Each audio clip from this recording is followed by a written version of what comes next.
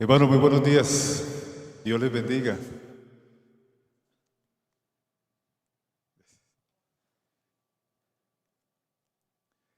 Quiero darle gracias a Dios porque nos permite en esta mañana encontrarnos nuevamente para estudiar su palabra y agradecerle, hermana, por este hermoso tema que nos ayuda a preparar el ambiente para el estudio de la palabra de Dios. Hermano, gracias por venir y espero que lo que vamos a estudiar le llene allí en su corazón, en su mente, y nos ayude a fortalecernos en nuestra vida espiritual y sobre todo a tener más confianza en el Señor. No sé si alguna vez le han dicho viejo o vieja. A veces nos lo dicen por broma, pero otras veces, especialmente los niños, que suelen decir espontáneamente y sinceramente lo que ellos ven, nos lo dicen: uy, usted está viejo. Y suelen decirnos, y estas palabras, hermanos, a veces no nos caen bien, porque nadie quiere sentirse viejo y nadie quiere verse viejo y sentirse que ya como que los años le han pasado. Pero tristemente, esa es una realidad que en muchas ocasiones tenemos que afrontar.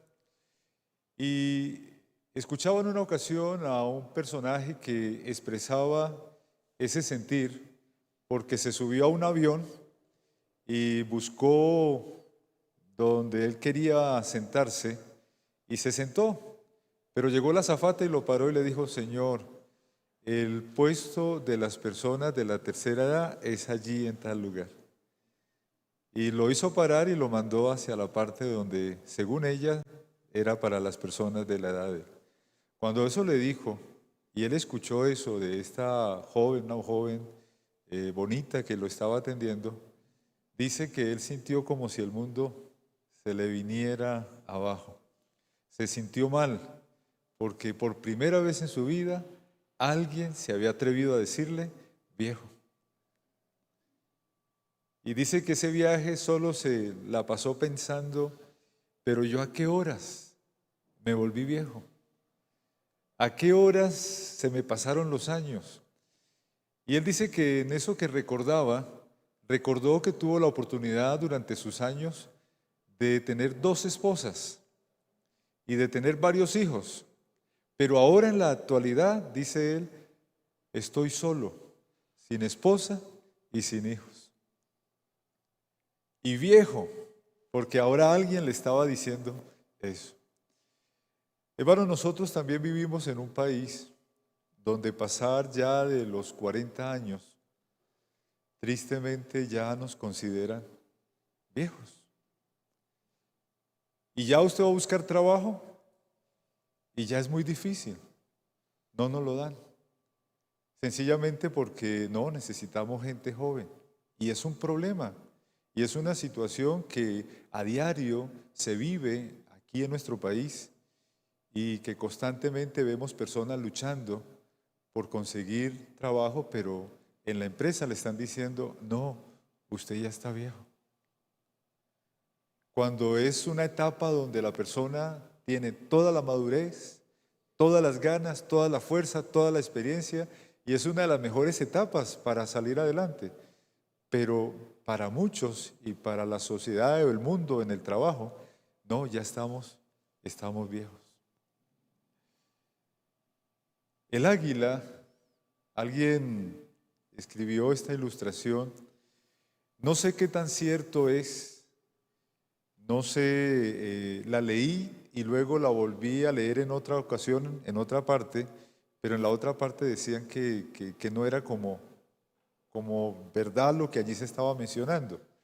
Sin embargo, no soy un experto en el estudio de estos animales, pero me llama mucho la atención la ilustración que este hombre colocó con respecto al águila.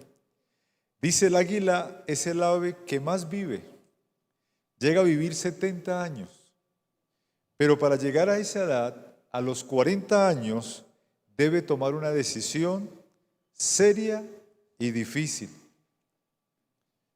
A los 40 años, según este que escribió esta ilustración, dice que las uñas o las garras del águila están muy apretadas y muy flexibles.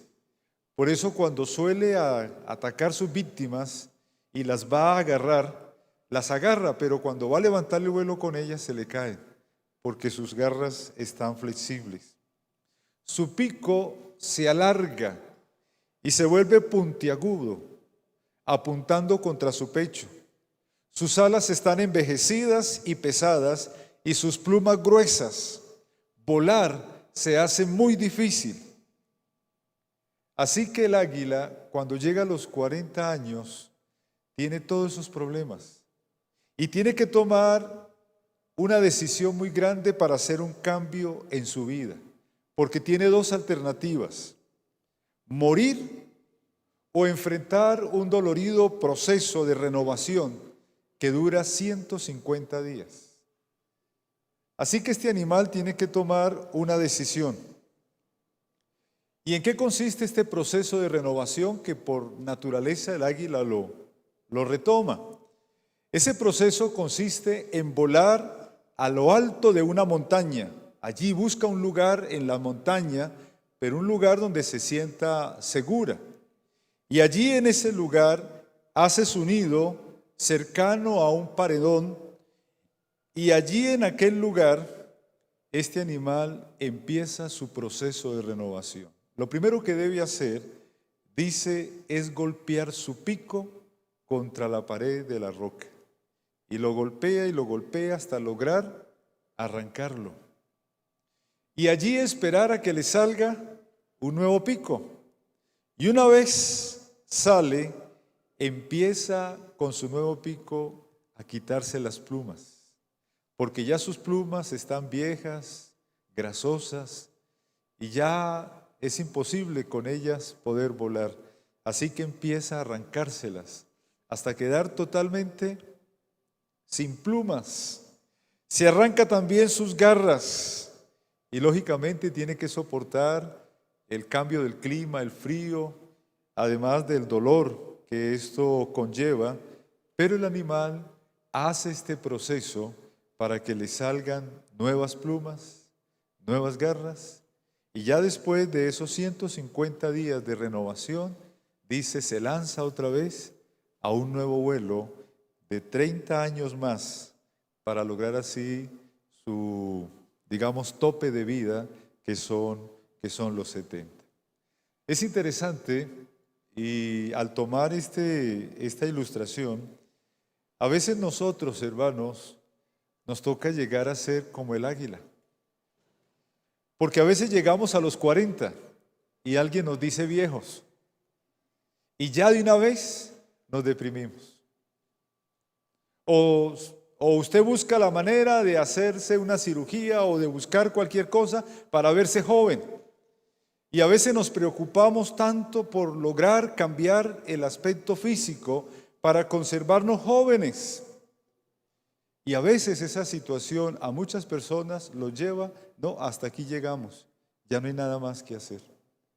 Y algunos se deprimen y cuando les dicen no hay trabajo, peor, porque piensan que ya se les acabó el tiempo. Pero también como el águila, hermanos, necesitamos una renovación y necesitamos un proceso. Lógicamente no lo vamos a arrancar como el águila el pico. Pero ¿cuántas veces, hermanos, deberíamos pensar de todas las cosas que hablamos cuando llegan esos momentos, de las cosas que nos lamentamos y de las cosas que decimos, de lo que renegamos, de lo que juzgamos, de lo que hablamos? A veces necesitamos como cambiar esa manera tan negativa que a veces tenemos, de cambiar ese pensamiento de que ya no vamos a conseguir nada, ya no hay esperanza de nada, de envidiar a los demás, de juzgar a los demás. Hay muchas cosas que nosotros tenemos que cambiar. Por eso, hermanos, pienso también en lo que hacía el pueblo de Israel cuando llegaba la santa convocación. Porque cuando llegaba esa santa convocación, hermanos, el pueblo tenía que analizar cómo estaban,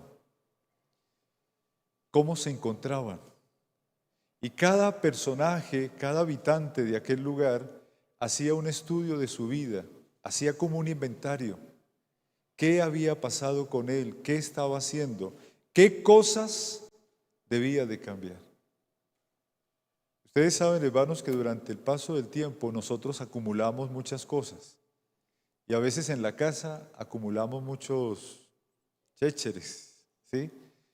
Y solamente cuando alguien se atreve o en los trasteos, es que nos vemos obligados a salir de un poco de cosas.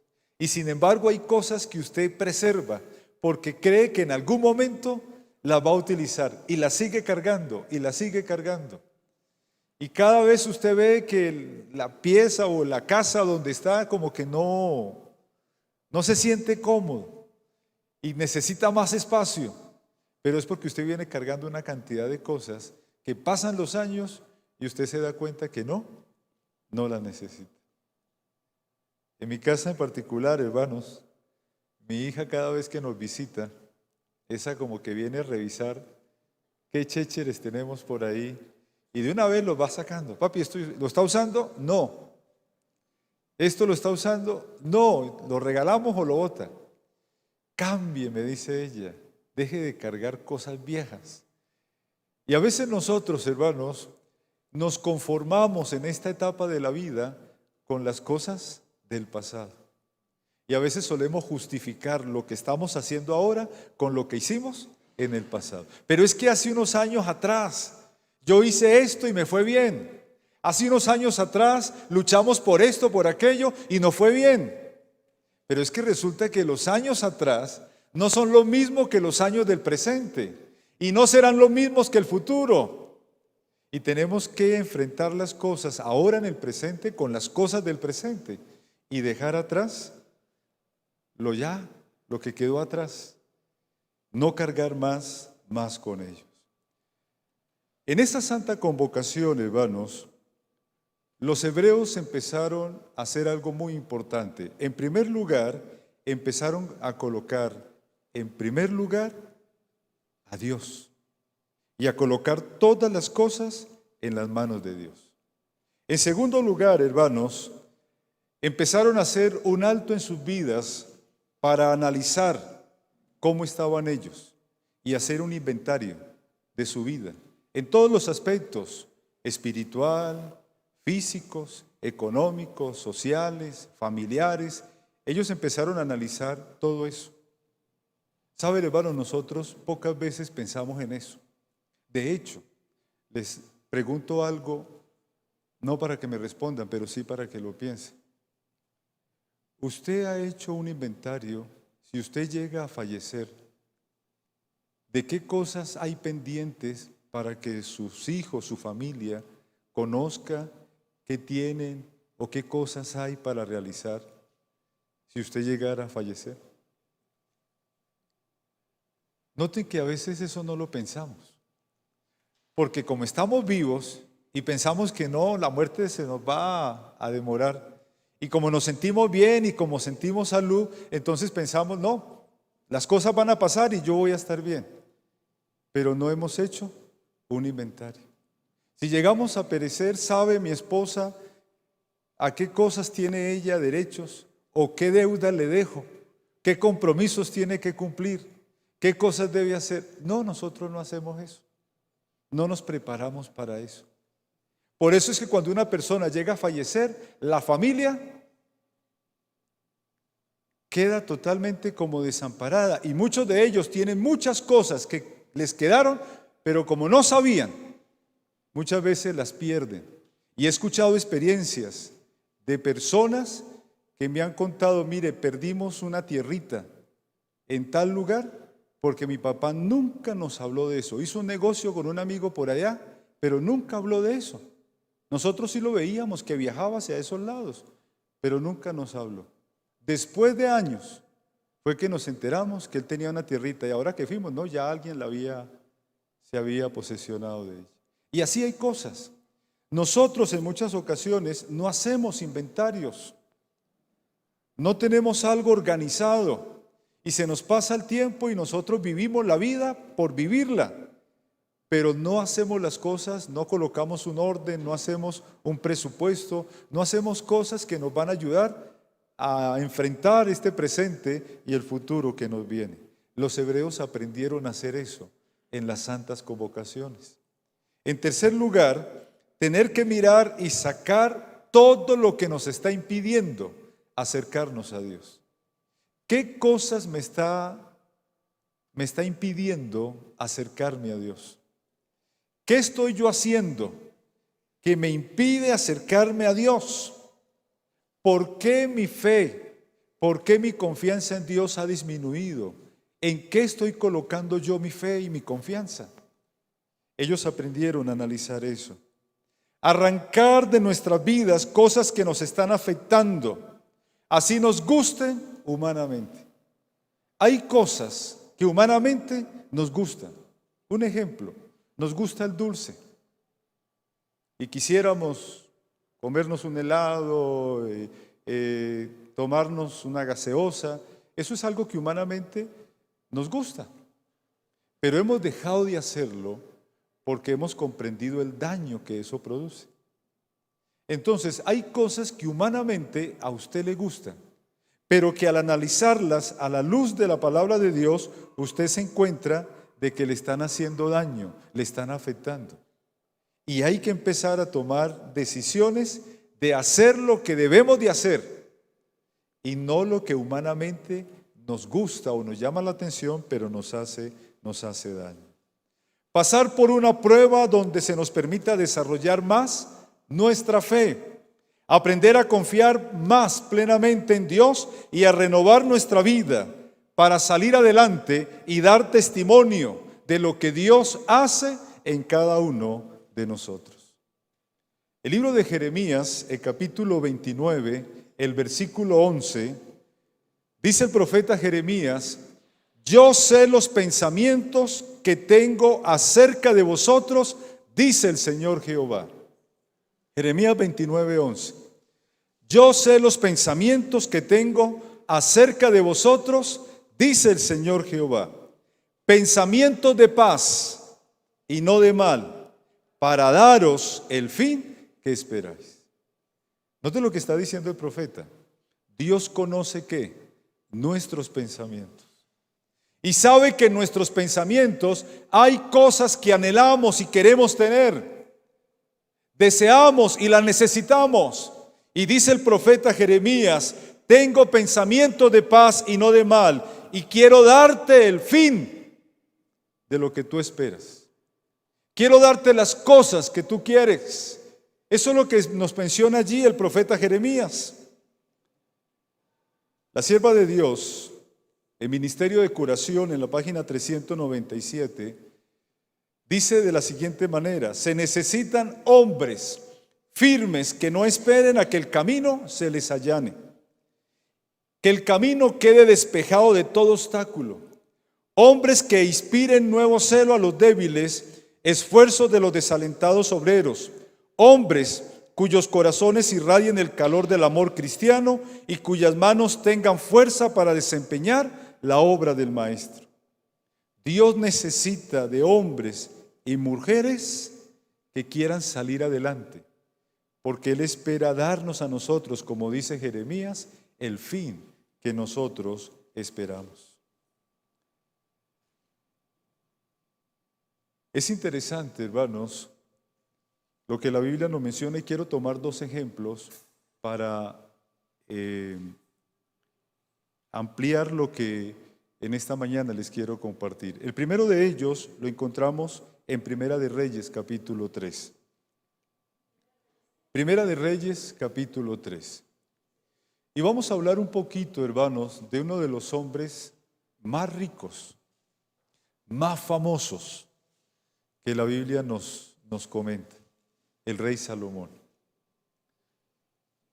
Y miren ustedes todo el proceso que hizo Salomón para lograr lo que Dios le dio. Primera de Reyes, capítulo 3, Y vamos a leer a partir del versículo 3 en adelante. Dice el versículo 3, Salomón amaba a Jehová y andaba en los estatutos de su padre David, aunque sacrificaba y quemaba incienso en los altos. Noten lo primero. ¿Qué hacía Salomón todos los días, hermanos? Dice, ¿amaba a quién? A Jehová. ¿Y qué más hacía? Dice, sacrificaba y quemaba incienso en los altos. Tenía comunión con Dios. Sigue diciendo el versículo 4. El rey iba a Gabaón porque aquel era el alto principal y sacrificaba allí. Y luego dice, 1000 holocaustos sacrificaba Salomón sobre aquel altar. ¿Qué era lo primero que hacía Salomón todos los días? Amaba a Jehová. Hacía sacrificios a Dios. Y dice, 1000 holocaustos sacrificaba Salomón. Ahora yo me pregunto, hermanos, ¿usted puede hacer 1000 sacrificios en un día, en una mañana?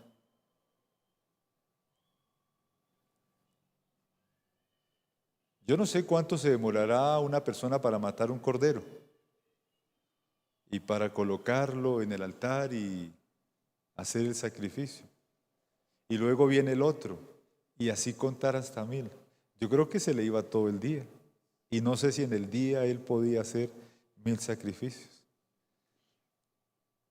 Cuando yo leo ese texto, hermanos, no estoy pensando solo en lo que hacía Salomón. Ese texto me dice a mí que Salomón, además de tener su culto personal y su comunión con Dios personal, no solamente lo hacía él, llevaba a su familia y llevaba al pueblo. Porque ya con el pueblo, ahora sí podían realizar los 1000 sacrificios. Ahora sí Salomón llevaba a un pueblo para buscar primeramente a Dios. Entonces, en la vida de Salomón estaba primero Dios, su comunión con Dios, y luego llevó al pueblo para estar allí en aquel lugar. Todos unidos buscando de Dios. El versículo 5 dice, una noche en Gabaón, el Señor se apareció a Salomón en sueño y le dijo, pide lo que quieras que yo te dé. Hermanos, si alguna vez usted tiene esta oportunidad que tuvo Salomón, ¿usted qué le pediría a Dios? Si tuviera la oportunidad de que Dios se le presentara y le dijera, hermano o hermana, pide lo que quieras, que yo te lo voy a dar, ¿usted qué le pediría? Una vez iba por la calle y me encontré un papel que estaba en el piso, me llamó la atención porque en letras grandes decía los 3 deseos. Así que lo recogí y empecé a leerlo. Y era una alegoría que tal vez alguna profesora en algún colegio había sacado para estudiar con los alumnos y darles una enseñanza sobre eso. Y alguno de los muchachos de pronto lo tiró en la calle y cuando pasé, pues lo vi allí y lo recogí. Los 3 deseos. Y dice esta alegoría que habían un par de ancianos por allá en el campo, solos, ya ellos viejitos, y allá se calentaban al pie de una chimenea todas las tardes. Y ahí se estaban hasta que el sueño los agarraba y se iban a acostar y a descansar. Pero había una situación que vivía el pobre anciano, y era que la ancianita, durante el día, ella mantenía pendiente de lo que le daban a la vecina. Entonces, todo lo que le llevaban a la vecina, ella se quejaba con el anciano. Por decir algo, si le llevaban una vajilla, digamos así, en la tarde cogía al anciano y le decía, si ve, a la vecina le trajeron una nueva vajilla. Usted no trae sino problemas, achaques. Y a toda hora mantenía azotado al pobre anciano. Y si le llevaban otras cosas, de una vez ese era el tema que ella le discutía a ella. Y dice que estaban en ellos, dice la alegoría, que se les apareció el hada Fortunata. Y que el hada Fortunata le dice, mire, yo conozco su situación, les voy a dar 3 deseos. Pídanlos. Resulta que esa tarde la abuela estando por allá chismoseando donde la vecina, se dio cuenta que la vecina estaba haciendo una morcilla grande y venía antojada de morcilla. Ella, cuando escuchó que tenía la oportunidad, de una vez se le vino a su mente la morcilla. ¡Ay, qué rico tener una morcilla como la de la vecina! Dicho y hecho, se le presentó la morcilla. El anciano se enfureció y le dijo: mujer insensata, ¿cómo se te ocurre estar pidiendo por allá lo que otros tienen cuando deberíamos de pensar en otras cosas para nosotros? Ojalá se te pegara en la nariz. Dicho y hecho, se le pegó la morcilla en la nariz. Ya con su nariz deforme, la pobre mujer hacía sino llorar. Les quedaba un deseo. Y el abuelo le decía: amor, pidamos oro, seamos ricos.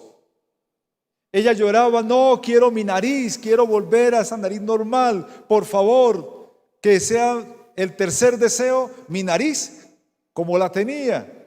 Mujer, yo se la enchapo en oro.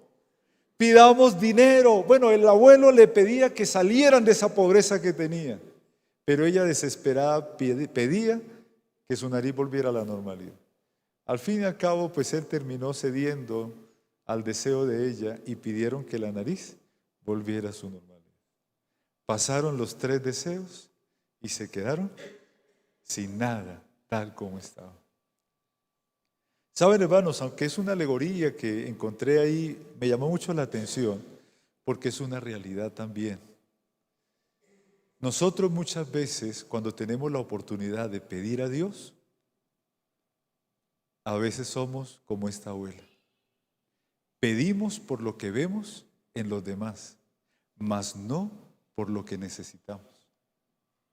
¿Cuántas veces anhelamos tener las cosas que tienen los demás, pero no las que verdaderamente necesitamos? A Salomón se le dio la oportunidad: pide lo que quieras que te lo voy a dar. ¿Qué le pediríamos, hermanos? Solemos decir: no, pidamos sabiduría. Sí, eso pidió Salomón, pidió sabiduría, pero en verdad es lo que usted necesita en este momento. Si usted tuviera una enfermedad terminal y se le presentara lo mismo: pide lo que quieras, ¿usted pediría sabiduría? Ya usted lo pensaría de otra manera. Si tuviera una deuda por la cual usted está a punto de perder cualquier cosa, ¿usted pediría sabiduría? Noten que es la situación en la que vivimos la que nos lleva a nosotros a sentir lo que verdaderamente debemos de pedir. Salomón ni estaba enfermo, ni tenía necesidades. ¿Por qué pidió sabiduría?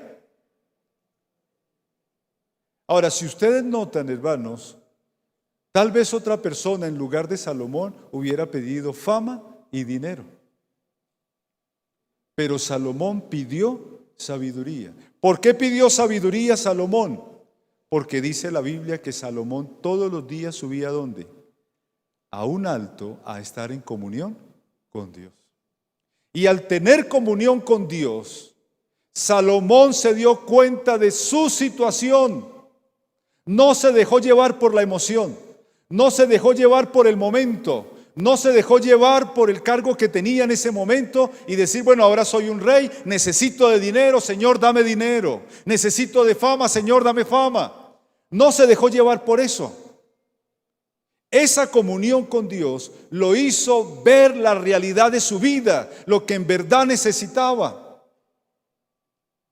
Hermano, mire, es la comunión con Dios la que me lleva a mí a tomar las verdaderas decisiones, a decirle no a lo que aparentemente necesito, pero que en verdad me va a hacer daño, a decirle no a aquellas personas que de pronto me van a convidar a cosas que no son buenas, a decirle no a oportunidades que de pronto se van a ver bonitas, pero de pronto me van a llevar al fracaso. Es mi comunión con Dios la que me lleva a tomar las verdaderas decisiones. Lejos de Dios vamos a tomar cualquier decisión y se nos presenta la oportunidad y vamos a cometer cualquier locura. Y de hecho, hermanos, ustedes han visto por la radio, por la televisión, lo han escuchado, tal vez lo han visto en la familia, en muchas personas, las malas decisiones que han tomado. Y personas que de pronto, movidas porque se iban a ganar un buen dinero, tomaron decisiones que hoy, hermanos, lamentan haberlas tomado. Entonces es mi comunión con Dios la que me lleva a mí verdaderamente a decirle al Señor lo que verdaderamente yo necesito. Y mire lo que dice el versículo 7. Ahora, oh Jehová, Dios mío, tú me has puesto a mí, tu siervo, por rey en lugar de David mi padre. Y yo soy joven y no sé cómo conducirme. ¿Qué estaba analizando Salomón en su vida? La realidad, lo que él era. Noten, hermanos, si ustedes leen en la Biblia la historia de Salomón, de los hijos de David, si ustedes notan que al morir David, no era Salomón el heredero del reino. Habían otros hijos de David mayores que Salomón, y por derecho propio ellos tenían ese derecho de reemplazar a su padre y de heredar el trono de Israel. Salomón de pronto dijo: yo soy un príncipe y tal vez tengo derecho también, pero mientras hayan hermanos mayores, son ellos, y cuando ellos sean reyes, sus hijos serán los que seguirán. Yo seguiré siendo un príncipe. Así que Salomón, hermanos, yo creo que Salomón se dedicó en su tiempo de príncipe a hacer todo lo que después escribió en el libro de Proverbios. Se dedicó a estudiar la naturaleza, a estudiar la vida humana, todo eso se puso así, a analizar todo y a irlo copiando. Pero ser rey posiblemente sí estaba en su mente, pero por allá, en algo remoto. Pero que lo tomaran de sorpresa y le dijeran: Salomón, ¿vas a ser el rey? No. Así que lo tomaron de sorpresa. Pero como tenía una comunión con Dios, Salomón era consciente que para ser rey no estaba preparado. Por eso cuando Dios le dice: Salomón, pide lo que quieras, Salomón le dice al Señor: yo soy joven y no sé cómo ser rey. Tu siervo está en medio de tu pueblo, el que tú elegiste, un pueblo grande que no se puede contar ni numerar por su multitud. Él sentía la impotencia de ser un hombre para dirigir un pueblo. Hermanos, eso es humildad. Eso es aceptar lo que verdaderamente soy en ese momento. Eso es como si alguien nos regalara un bus de transporte urbano y yo no sé manejar. El que no tiene esa comunión con Dios dice: uy, no, yo he manejado varios. Eso para mí, eso es fácil. Sabiendo que no sabe manejar, ni tiene experiencia para manejar eso, pero se cree el que sabe manejar y el mejor chofer. ¿Y qué peligro sería aquí en Bogotá? ¿Y cuántas personas se han metido a hacer cosas solo por orgullo? No, es que yo siempre lo he hecho. No, es que esto y aquello. Y ahorita están cometiendo unos errores gravísimos. A veces el orgullo nos lleva a nosotros a cometer muchos errores y a tomar malas decisiones. Pero cuando yo acepto que lo que me están ofreciendo, lo que voy a hacer, no lo puedo hacer o no estoy capacitado, pues lo mejor es pedir ¿qué? Sabiduría. O sea, Salomón pidió lo que verdaderamente necesitaba. Él era consciente que no podía ser un rey así, de esa manera, sin conocer bien las cosas. Necesitaba de conocimiento, necesitaba de saber qué estaba allí pasando. Necesitaba sabiduría para saber dirigir un pueblo, y como él dice, un pueblo grande. Y el versículo 9 dice: así da a tu siervo corazón entendido para juzgar a tu pueblo, para discernir entre lo bueno y lo malo, porque ¿quién podrá gobernar este pueblo tan grande? Hermanos, qué interesante es cuando nosotros le pedimos a Dios lo que verdaderamente sentimos en nuestro corazón.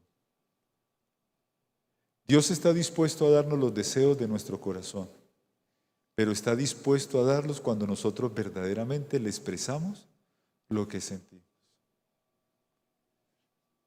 A veces le pedimos a Dios cosas, hermanos, que no sé por qué se nos ocurre pedírselas. Tal vez motivados por alguna película porque en televisión se vio, o en el internet, o por lo que el vecino o los amigos. A veces vemos los amigos prosperar y salir adelante y entonces nosotros, nos estamos quedando atrás. Señor, ayúdame, ojalá más de lo que ellos tienen. Y a veces empezamos a anhelar lo que otros tienen y a sufrir la envidia por lo que otros tienen. Y entonces empezamos a pedirle a Dios en oración, Señor, quiero esto, quiero aquello, cuando en realidad eso es lo que usted no necesita. Pero eso sucede cuando yo no tengo una comunión con Dios.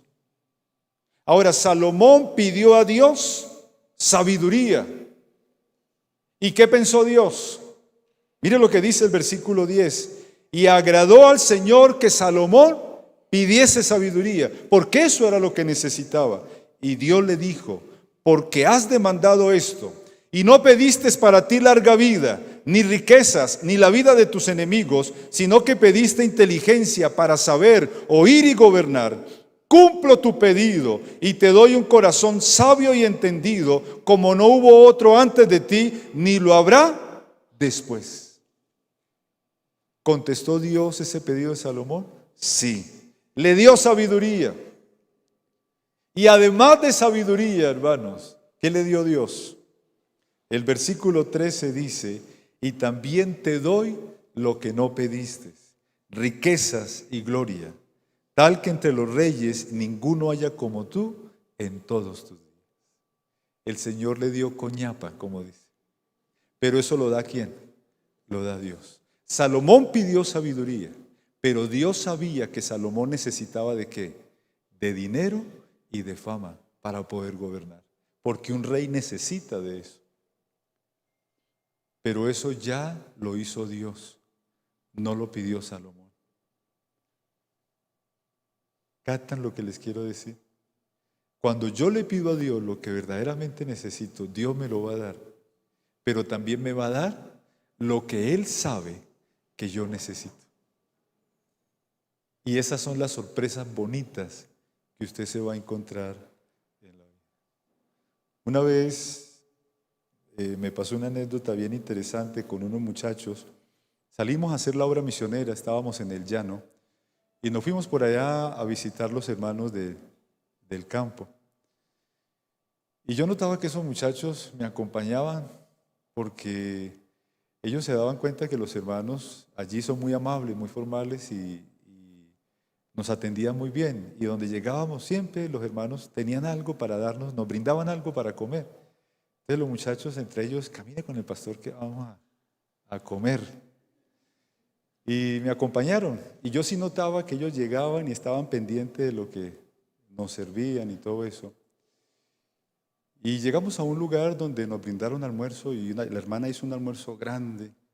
Y yo quedé que, menos mal que por allí uno camina harto. Entonces eso le ayuda a uno a bajar todo lo que uno come. Pero esos muchachos no se llenaban con nada. Sin embargo, comieron, repitieron y nos fuimos. Y ahí como a la media hora, llegando a otra casa, la hermanita había hecho unos pastelitos y muy amablemente nos ofreció. ¿Quieren pastelitos? De una vez los muchachos. Claro que sí, hermana. Yo le dije, hermana, no, yo le agradezco. De verdad vengo lleno. Pero si usted me regala el que me va a dar y me lo regala para yo llevar, yo me lo llevo y yo esta noche lo disfruto en mi casa. Así que le agradezco. Los muchachos, no, hermana, nosotros sí, sírvanos. La hermana le sirvió de a un pastelito a cada uno de ellos con un juguito que nos dio. Ellos se lo comieron, la visitamos, charlamos con ella. Después de un buen rato nos fuimos y ya después regresábamos a la casa. Cuando yo regresaba, le dije a los muchachos, ¿cuántos pasteles se comieron ustedes? No, esa hermana nos dio apenas uno, decían. Yo saqué una bolsita que la hermana me había dado a la salida.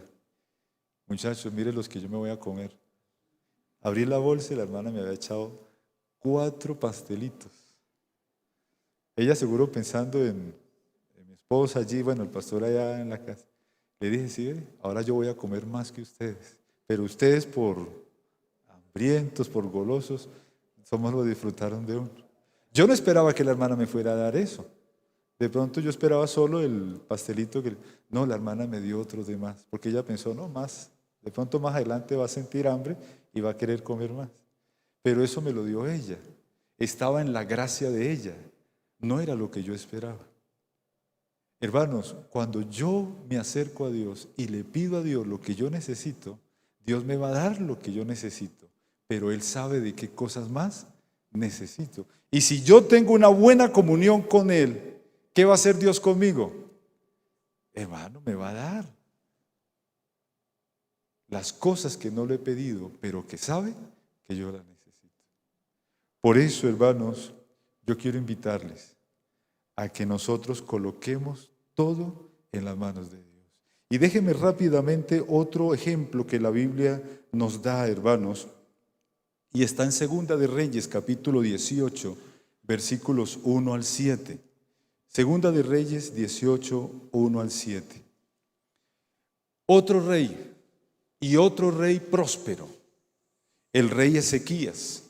Y dice el versículo 1 del capítulo 18 de Segunda de Reyes: en el tercer año de Oseas, hijo de Elat, rey de Israel, empezó a reinar Ezequías, hijo de Acaz, rey de Judá. Y cuando empezó a reinar tenía 25 años y reinó en Jerusalén 29 años. Su madre fue Abid, hija de Zacarías. El versículo 3 dice: ¿hizo qué? Lo recto ante los ojos de Jehová. Qué interesante, hermanos. ¿Hizo qué? Lo recto. Ezequías, ¿a quién colocó en primer lugar? A Dios. Colocó a Dios en primer lugar. El versículo 4, hermanos, dice: quitó los altos, quebró las imágenes, taló los postes idolátricos, destrozó la serpiente de bronce que había hecho Moisés, porque hasta entonces los israelitas le quemaban incienso y la llamaban Neustán, Dios de bronce. ¿Qué hizo Ezequías? Primero colocó a Dios en primer lugar. En segundo lugar, ¿qué hizo? Quitó todo lo que le impedía acercarse ¿a quién? A Dios. ¿Qué es idolatría, hermanos? Idolatría es todo aquello que nos quita la adoración a Dios, que nos impide acercarnos a Dios. ¿Por qué hablamos de personas idólatras? Porque adoran a un ídolo, algo que no es Dios, pero que le impide verdaderamente adorar al verdadero Dios. Ezequías dijo: aquí hay cosas que me están impidiendo ir directamente a Dios, y lo mejor es que quitarlas. Y quitó todo lo que era idolatría, inclusive la serpiente de bronce que la había hecho Moisés, y era sagrado eso para el pueblo, y adoraban. Y dijo: nada de eso, va también para afuera, y destruyó todo eso, porque él dijo: yo quiero tener una línea directa con Dios, y quitó todo lo que le impedía acercarse a Dios. ¿Qué nos impide acercarnos a Dios, hermanos? ¿No les ha pasado alguna vez que de pronto por verse en un partido de fútbol no vienen a la iglesia? Uy, hoy juega la selección. Qué pena con el conferenciante, pero yo este partido no me lo puedo perder. O esta película, o esta novela, o tengo esto. ¿No ha pasado eso algunas veces? Que dejamos de... Es más, tal vez no haya culto, pero en la casa dejamos de hacer el culto porque hay un programa más interesante para hacer. Entonces, si hay algo que se está convirtiendo para nosotros en un ídolo que nos está quitando el acercarnos a Dios.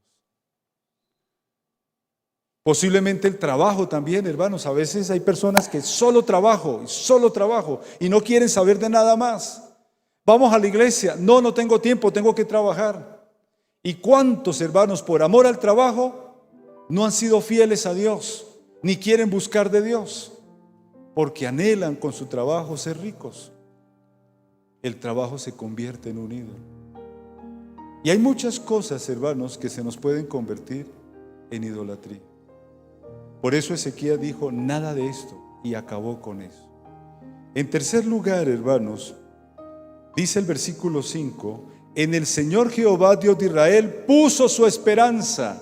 Ni antes ni después hubo otro como él entre todos los reyes de Judá. Tuvo fe y confianza ¿en quién? En el Señor. Y en cuarto lugar, dice el versículo 6, porque él se llegó al Señor Jehová y no se apartó de él, sino que guardó ¿qué? Sus mandamientos. Y en quinto lugar dice, y el Señor estuvo con él, y en todo lo que emprendía, prosperaba, dice el versículo 7. En todo lo que emprendía, prosperaba. Entonces, noten la regla, colocó a Dios en primer lugar. Quitó todo lo que le impedía acercarse a Dios. Colocó su fe, su confianza, su esperanza en Dios. Guardó los mandamientos de Dios. Y en último, ¿qué hizo? En todo lo que emprendía, prosperaba. Saben, hermanos, que muchas veces nosotros cumplimos los primeros 4. Creemos en Dios, confiamos en Dios, guardamos los mandamientos de Dios, tenemos la esperanza en Dios. Pero cuando llegamos al último nos da miedo. Nos da miedo lanzarnos en formar un negocio, una empresa. Nos da miedo como crecer en lo que estamos trabajando. ¿Será que Dios sí me bendice? Decimos. ¿Será que Dios sí me va a ayudar con este negocio? ¿Será que Dios sí? Y lo pensamos una y muchas veces. Cuando dice la Biblia que si usted cumple con las otras, Ezequías en todo lo que emprendía, prosperaba. Y a veces nos falta ser emprendedores. Lo tenemos todo, hermanos. Miren, si hay un pueblo que debería tener plata en esta tierra, deberíamos ser nosotros. No tomamos. ¿Cuánto gastará una persona tomando? Imagínense los fines de semana para los que se van a estos sitios a tomar. ¿Cuánto gastan? No fumamos. ¿Cuánto gasta una persona en cigarrillos? No nos drogamos. Millones. Hay personas que gastan millones de pesos en droga. No vamos por allá a sitios, hermanos, a gastarnos el dinero mal gastado. Si hay personas sanas en esta tierra somos nosotros. Tratamos de cuidarnos en la salud, de alimentarnos bien, de la casa al trabajo, de la casa a la iglesia, a estar con la familia. Así que si hay personas que deberíamos tener dinero, seríamos nosotros. ¿Qué nos estará pasando, hermanos?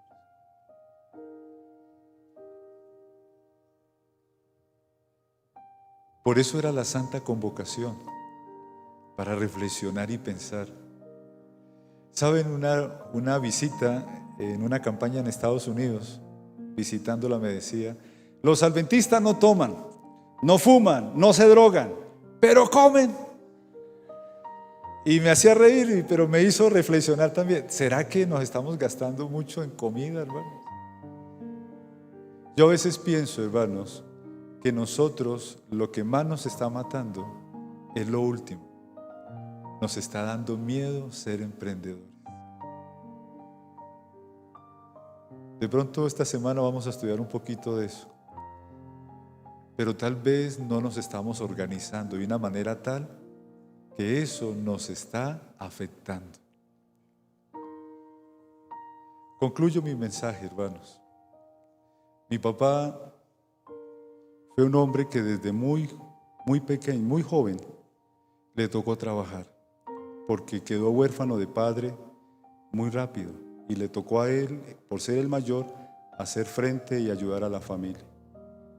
Una familia con 4 hijos, una hija.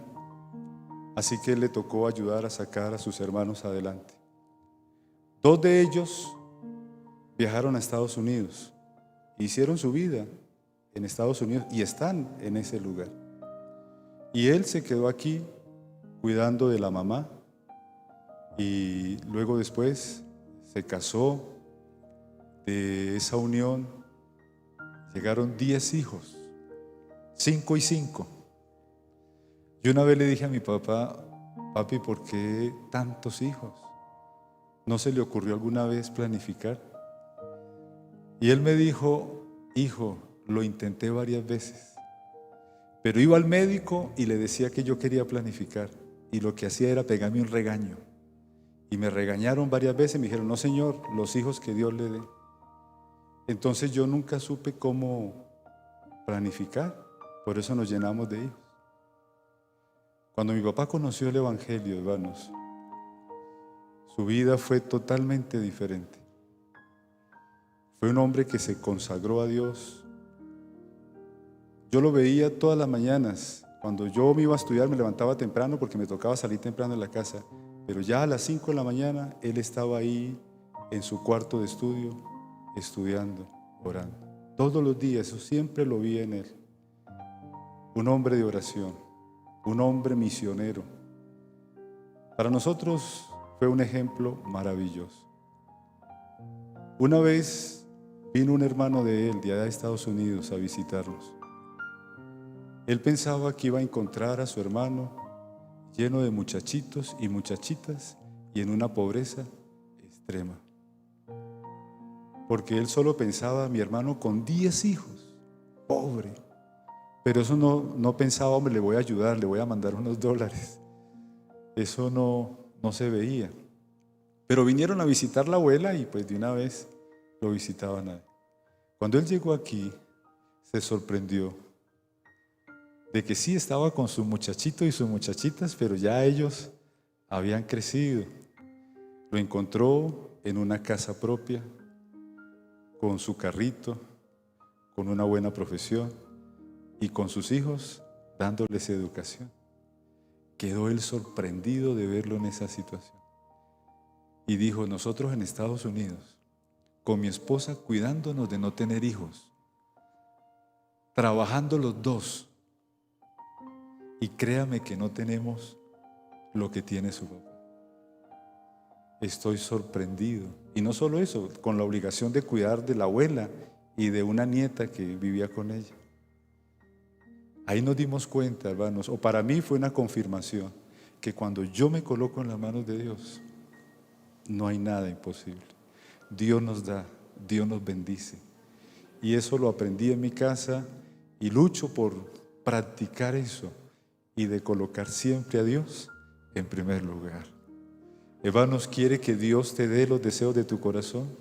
¿Quieres colocar a Dios en primer lugar? Amén, hermanos. Les voy a invitar para que oremos y tengamos la oportunidad de colocar nuestra vida en las manos de Dios. Amante Padre Celestial, en esta mañana te damos gracias y alabamos tu nombre por esta linda oportunidad que nos das de reunirnos para estudiar tu palabra. Señor, vivimos en un mundo donde lamentablemente a veces los años nos pueden traer algunos inconvenientes. Vivimos en un país donde ya a una determinada edad nos pueden discriminar. Pero Señor, a través de tu palabra hemos aprendido que para ti no hay nada imposible. Y si estamos en esa etapa, Señor, yo sé que tú tienes muchas cosas para nosotros y tienes grandes y ricas bendiciones que quieres derramar sobre cada uno de los aquí presentes. Ayúdanos, Señor, a seguir el consejo bíblico. A través de tu palabra, tú nos das ese secreto de que para tener el éxito y para poder salir adelante, lo primero que debemos de hacer es colocarte en primer lugar. Que seas tú lo primero en nuestra vida. Ayúdanos, Señor, a quitar todas aquellas cosas que nos impiden acercarnos a ti.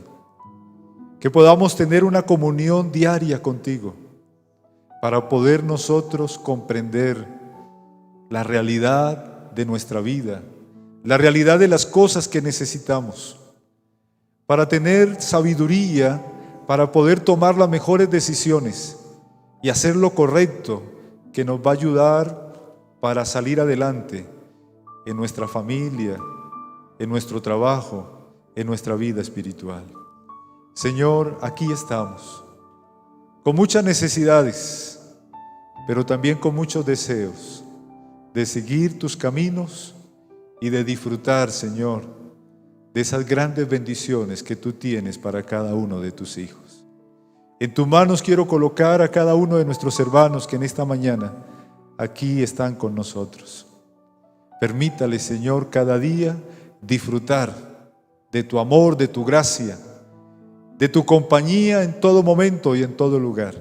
Y que en todo lo que ellos emprendan en esta nueva semana, Señor, sea de grandes bendiciones para el desarrollo de sus vidas y suplir así cada una de sus necesidades.